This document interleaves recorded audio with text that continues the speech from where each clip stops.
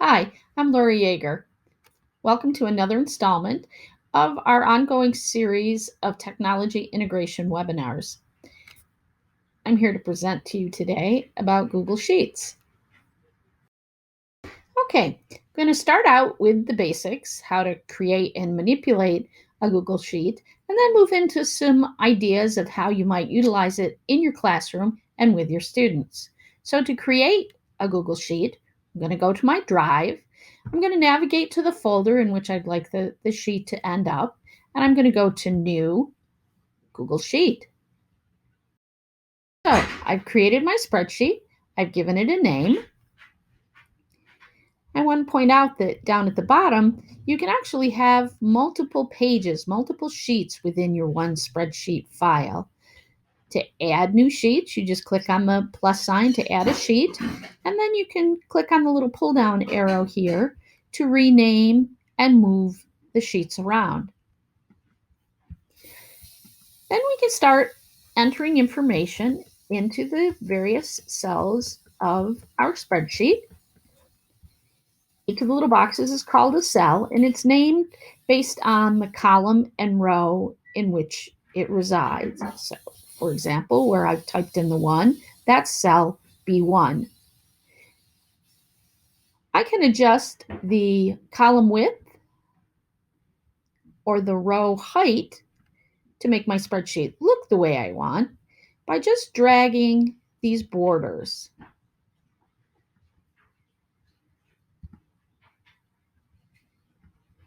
And then actually, if I double click here on the border between the two cells, it will actually resize that column so that it fits perfectly with the data that I have entered into it. But if I enter some data that's a little wider, I can just double click and it widens itself out. All right, and each one of these cells is actually a little calculator.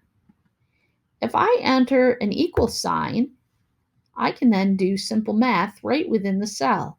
So if I put equal 5 plus 2, it's going to do the math. Turn that into a 7. I can see the cells that I have formulas in as opposed to having typed numbers into them by going to View and Show Formulas. And I can see that I actually have a formula adding up to 11, one adding up to 7 here that are creating the 11 and the 7 as opposed to the numbers that I typed in. When it comes to doing that simple math, as I said, you always start with an equal sign.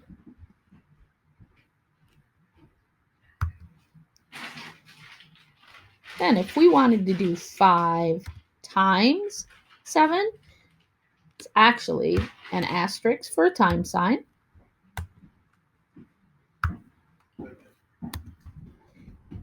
And a slash for dividing. And then, of course, standard little dash or a minus.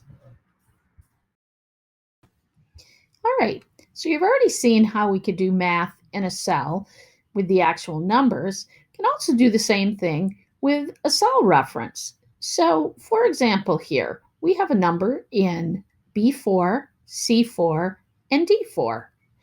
If we wanted to know what those three numbers added up to, we could create a formula. Remember, there always has to be an equals at the start of the formula so that the spreadsheet knows it's a formula and not just some text that you're typing in. But here we have B4 plus C4 plus D4. And when we hit enter, it's going to calculate adding those numbers up. 6 plus 2 plus 9 equals 17. If we wanted to know what B4 plus C4 minus D4 is, again, put the little equal sign at the beginning, that comes up to minus 1. And if we wanted to get into a little more complicated formula here, that calculates out to minus 15.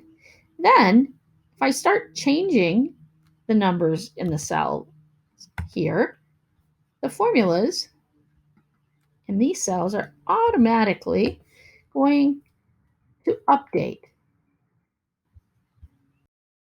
All right, let's look at how, when we are entering text into our spreadsheet, how we might manipulate that. All right, I have a title here that I've placed in this first cell, but oh no, it is overflowing the cell and running into some of my other columns here. So if I come over here to the text wrapping choice, I can choose to wrap text, where it will automatically wrap the text and increase the height of the row so that the information fits into it. But let's say that's a title that I would like to actually span across all of those columns. I can go here and choose to merge those cells horizontally, where now it's treated as one cell. I can center it, and it might be a title over some other columns of data that I'm going to enter. All right, maybe I have a whole area of multiple columns and multiple rows that I would like to define as a text area. Maybe I'm going to put some instructions into the spreadsheet for the students, or maybe I want the students to do some writing about the data that they have in their spreadsheet, and I want a larger area for actually typing maybe a whole paragraph. I can even merge that and have one large area into which I can type. And one final example here, I could merge these multiple rows vertically, type some text like my name into it, and then even change the angle at which that text is being displayed. Okay, another feature that you can use to make your spreadsheet a little more pleasing to the eye, a little more readable, and a little easier to read if you're printing it out is to add borders to your columns and rows. So if I highlight this area and I go to my borders icon, I can click on the all borders to have it put borders around all of my cells. But then maybe I want the header of the height and the width to stand out a little bit more. If I come back to the borders and I choose just the bottom, I can choose a different border style like the double line to make that stand out a little bit from the rest of the data. All right, now let's see how easy it is to copy information within a spreadsheet. Here I've started a column, name, with my name in it. Maybe I want a number of cells with my name in it. So if I click on that cell and I bring my cursor down to the lower right-hand corner on the little blue box, and I wait until I can see the little crosshair, I can now drag that and copy whatever was in that first cell down into multiple cells. I can do the same thing if I've got a number.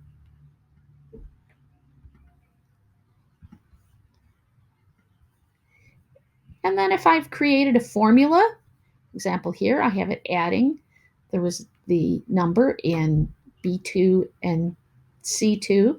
I can also copy that formula down. And it does actually keep the row relative to the formula so that it corresponds as it should to the columns of data that I want added. Then another feature of copying is creating series, and I really love this one.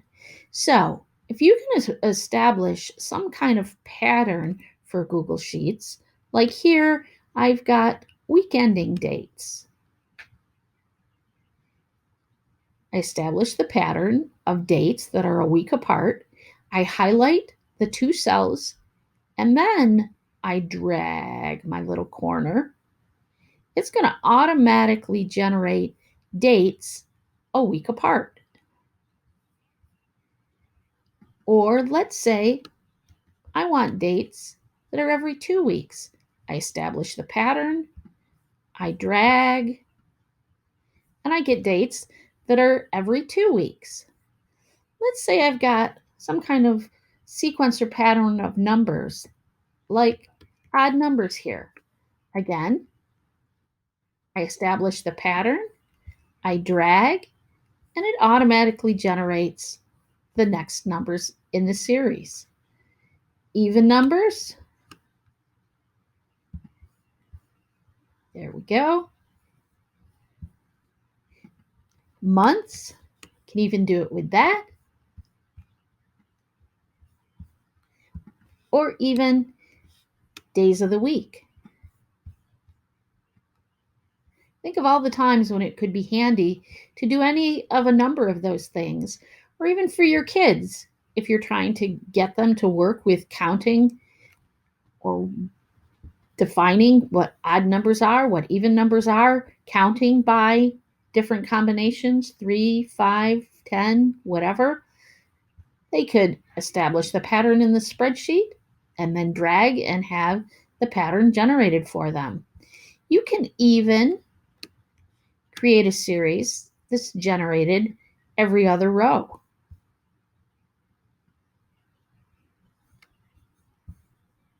You can even have a combination of words and numbers, like week 1, week 2, drag that on down, and we get everything up through week 18. Pretty slick, eh? All right, so let's talk for a moment about functions. Got a nice little spreadsheet here with data about the number of cases of fruit each of the students sold for our fundraising citrus sale. So I need to sum up the values here in column B, so I know how many cases of grapefruit to order. I'm going to come over here to the function icon on the end. When I click on it, it starts out with a few of the most commonly used functions, but then there's a whole long list of functions that we can access, and that would be enough content for a whole nother day of training. So let's just look at the basics of the sum function. So every function is going to come up with an equal sign in front of it, and then the code for the function, and then parentheses with information that you're going to put within those parentheses to help define the function. In the case of the sum, we want to tell it what cells we want to sum. So we're going to click on the first one here with the number in it, B2. I'm going to hold down my Shift key and click on B11. It's going to select that entire range from B2 to B11, and when I hit enter, it's going to sum them up for me. So we need 53 cases of grapefruit. Then I could insert that same function here for oranges and lemons, but I also know that I can easily copy.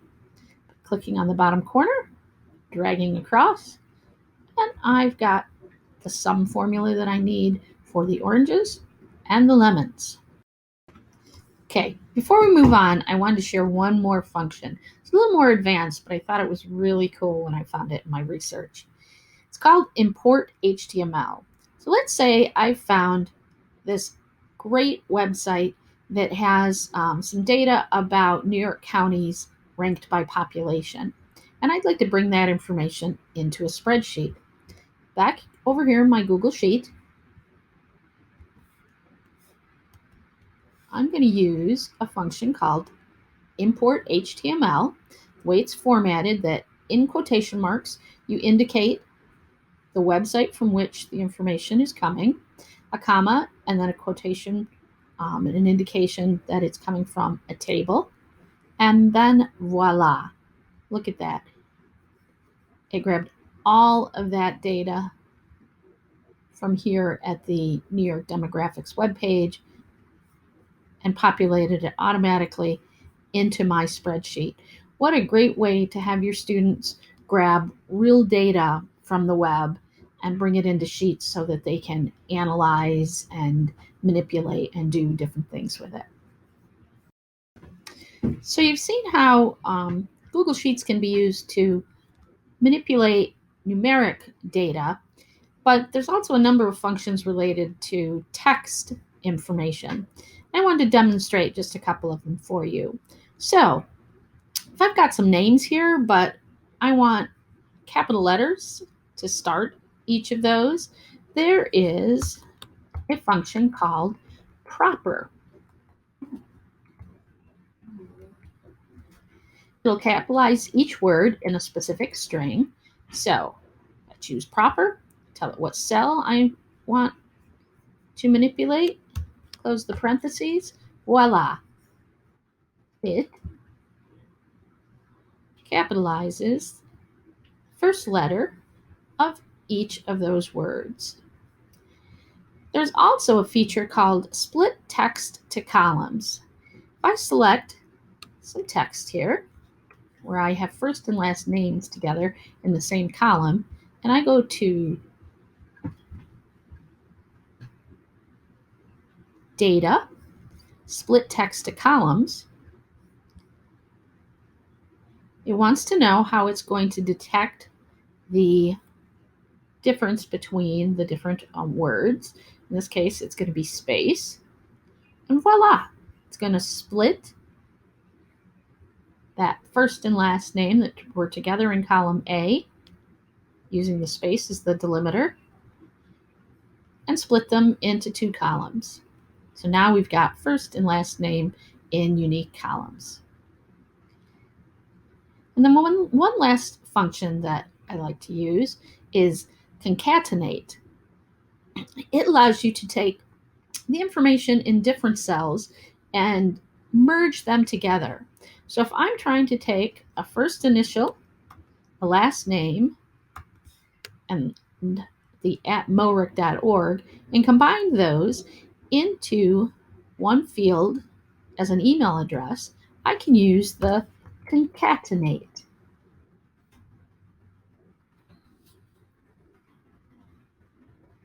Choose the concatenate, define the string that I want it to concatenate together, close my parentheses, and there you go. It's now taken those three columns and blended them into one. Okay, a relatively recent addition to Google Sheets, but something that I really like, is the ability to add checkboxes. So I want to be able to check off next to each of these students that something in particular has been completed. I highlight the area that I want the checkbox. I click Insert, come down here to Checkbox, and voila, it populates those cells with checkboxes, and I'm able to go back and check things off as I wish. So, Google Sheets is not just for boring numbers and data and that kind of stuff. We can also use it to create a little color by letter activity. First, I had to adjust the width and height of the cells, highlighted the area I was working in, went to resize columns, defined it to 47 pixels, and then the same thing with my rows. So then I had nice little squares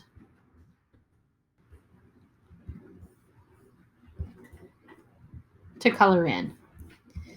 Then the students can click on a cell, click on the little fill color. The Y stands for yellow. Fill that one with yellow.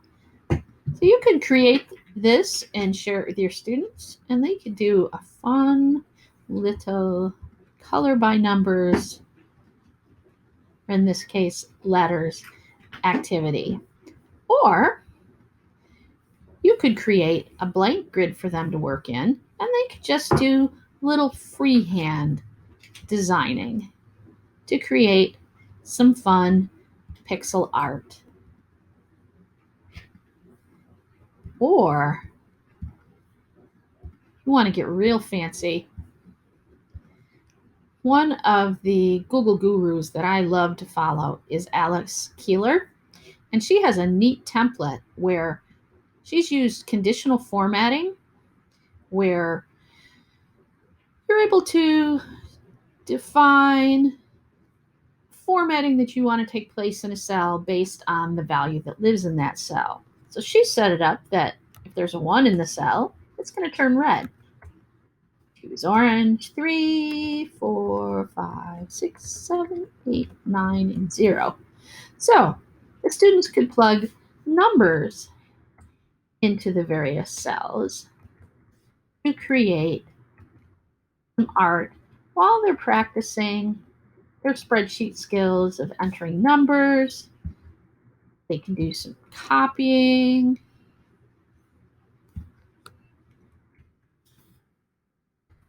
And really have quite a fun time creating some pixel art. So one of the great features of having information in a spreadsheet is your ability to then sort it.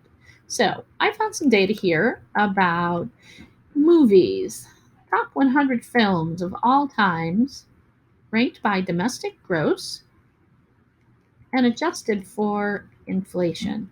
I select a range of cells that holds my data, and I go to Data and Sort Range. I can choose to look at it in different ways. So right now it's ranked from 1 to 100, but let's say I want to look at the list alphabetically. Come in here, I tell it that my data does have a header row ranked film and year. Let's say I want to look at it sorted alphabetically by the name of the film. There you go. Or maybe I want to see a ranking based on the year the film came out. There we go. So I can very quickly and easily move this data around, look at it in different orders, and glean various different information about it. Right. To show off the graphing or charting feature of Google Sheets, I'm going to use a spreadsheet that I've been maintaining during the COVID outbreak of the counties in New York State and the number and percentage of total population people that have tested positive for the virus. So, first thing I want to do is decide the columns that I want involved in my chart.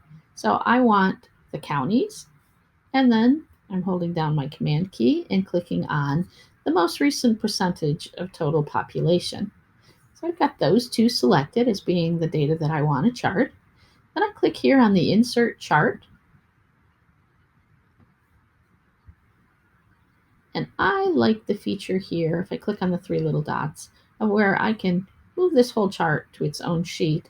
So it's a little more spread out and we can see what's happening. So I can quickly take this data, turn it into a visual format, where now we can see that Rockland County not looking good, getting close to 3% of their population testing positive for the COVID virus, followed by Westchester County, Nassau County, and Suffolk.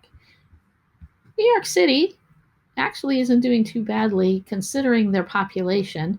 They actually are behind even Orange County. But as you can see, you can very quickly grab data, chart it, and have a chance to visually see what's going on with that data. Okay, one thing I want to make sure I mention, when you're creating a new Google Sheet, you go to New, Google Sheet, not only can you create a blank spreadsheet, but you can also choose from a number of templates that they have available. As you can see, they have some pre-formatted for doing attendance, one for a grade book, assignment tracker, some personal ones like a to-do list, and a calendar, a travel planner when we get to actually travel again. Some other work-related ones that you might be able to have your kids use if you're doing it like a business class, and even some for some project management.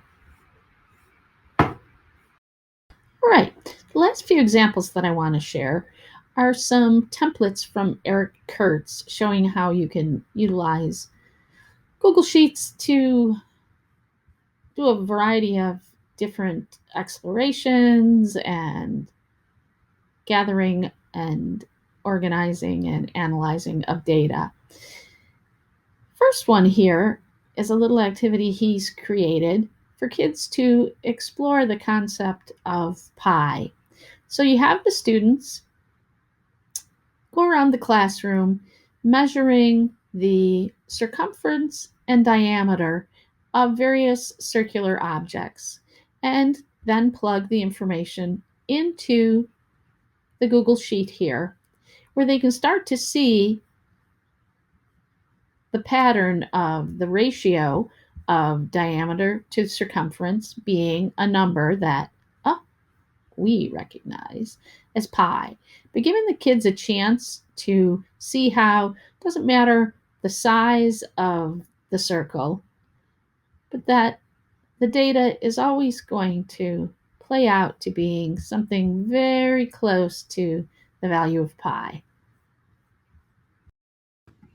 All right, the other examples that I want to share from Eric all have to do with using Google Sheets as a database to gather, organize, and analyze data about what they're studying. And it could be shapes in math class, animals in science class, careers in business class, characters from a novel in ELA class, all kinds of different examples of ways in which kids can use Google Sheets to gather info together. So let's look at Eric's example of gathering information to analyze about the various different characters in the book Wonder. You could have the students brainstorm ideas of the information that they want to gather, or you could provide that information to them and create the spreadsheet. You could set it up that they either work on this individually or maybe they collaborate on it. And since the list is fairly lengthy, we might want to freeze this first row, which you're able to do by dragging this little bar here down. And then as we scroll, you'll see that the top row stays in place, so we always know what the headers are going to read, even though our list extends beyond the length of one screen. So completing the character spreadsheet is going to help the students collect, organize, and remember important information from the novel. Then once the database is completed, the real power comes in with the functionality that you're provided by the spreadsheet of being able to sort things, filter things. But then it's going to allow the students to use the spreadsheet to make connections, draw conclusions, and answer questions about the novel. We go to Data and turn on Filters. Create a filter.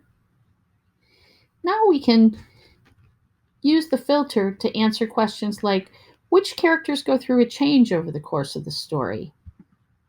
Click on Change. These are all the characters that experienced a change. What about, are there any characters that are both nice and mean to Augie? Nice, we say yes. Under mean, we filter down to just yes. And look at that, there were a few.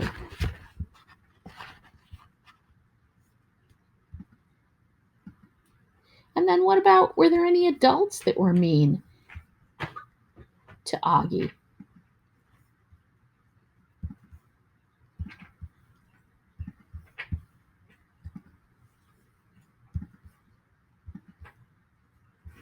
And all of these different filterings could spawn further discussion about the novel.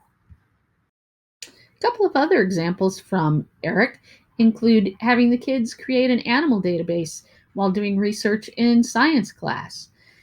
Then they can use the data sorting and filtering options to answer questions like what animals live the longest? What is a mammal that lays eggs? If I filter the spreadsheet down to just the mammals, what characteristics do they all have in common? In this example, students have gathered information about various careers and then could use the data sorting and filtering options to answer questions like what careers pay the most, which careers will have the most job growth in the coming years, and of the careers that do not require a college degree, which one pays the best? This is another example showing how kids could use a spreadsheet to organize their research. They could create columns to include links to the websites, copies of text from the original website, and then their summary of it, and then use things like subtopics, planned usage, and keywords to be able to sort down and work with their research. This example shows how to use a Google form and its capability of attaching files to create a student portfolio. So the students would be able to use the form to gather their various artifacts, even include a little bit of a reflection on it, and then that would create a spreadsheet that would have links to the artifacts, their reflections, and all of that organized in one handy location where the teacher could then quickly review it, add feedback in another column in the spreadsheet, etc. Thank you for joining us for my little walkthrough of Google Sheets. Hope you find this information helpful. And if you have any questions, feel free to reach out to myself or any of my colleagues at the MORIC Model Schools team. And good luck with your continued work in providing continuity of learning to the students in your district. Thank you. Bye-bye.